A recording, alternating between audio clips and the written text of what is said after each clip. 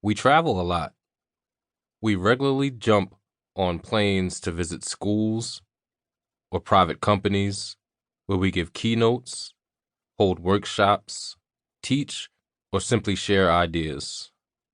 As we do every summer, at the beginning of June 2021, the three of us flew up to the Akwesasne territory, part of the Mohawk Nation, on the border of the United States and Canada, west of Montreal. This is an intensive program. Over a 5-week period, 14 young Mohawks participate in over 80 hours of intensive yoga and mindfulness training.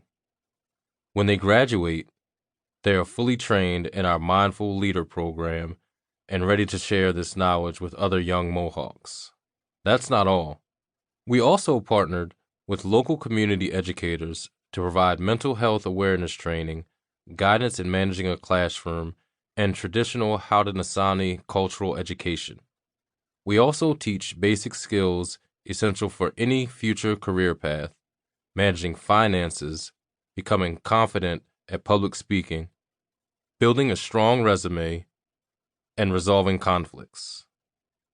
These newly minted young leaders get a weekly stipend too, which helped many of them financially over the pandemic. Now these young people are employed and earning as well as learning, providing relief during the unexpected challenge presented by the COVID-19 pandemic and allowing trainees to fully prioritize their training. There are multiple reasons we do this, but the primary one is our belief that struggling communities all over America and the world need to learn from each other, support each other, and work collaboratively together to design new ways of living to elevate their kids' prospects and uplift their communities in a joyful, hopeful way.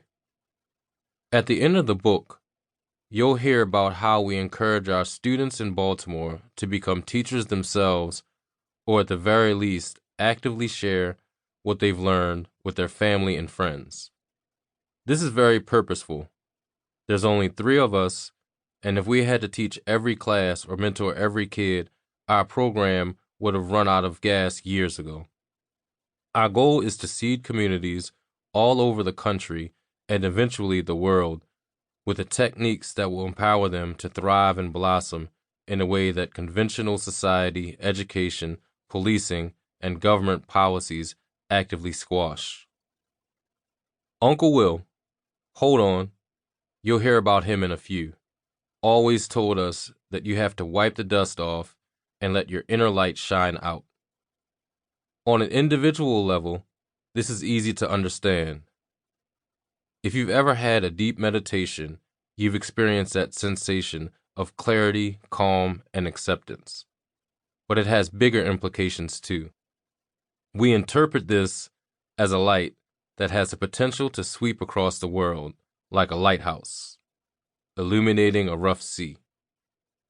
This light is less about us swooping in and doing the work than it is about highlighting the talent and energy and potential already in these local communities. We share our knowledge and support, but once these groups are up and running, they need us less and less. This trip to the Akwesasne would probably be one of our last, at least in a formal capacity, as the program was rapidly evolving into a self-sustaining model. It was primarily a working trip, but frankly, after a solid year of negotiating COVID, we needed a break. It was a relief to fly over the vast, unbroken forests of upstate New York and look down on land that, in appearance at least, comes as close as you can to uncolonized in the continental United States. Our hosts, of course, have a different perspective. Our hosts in the Akwesasne territory are members of the Mohawk Nation. The name Akwesasne means land where the partridge drums. And in their language, they call themselves Ganian Gahaga, or people of the Flint.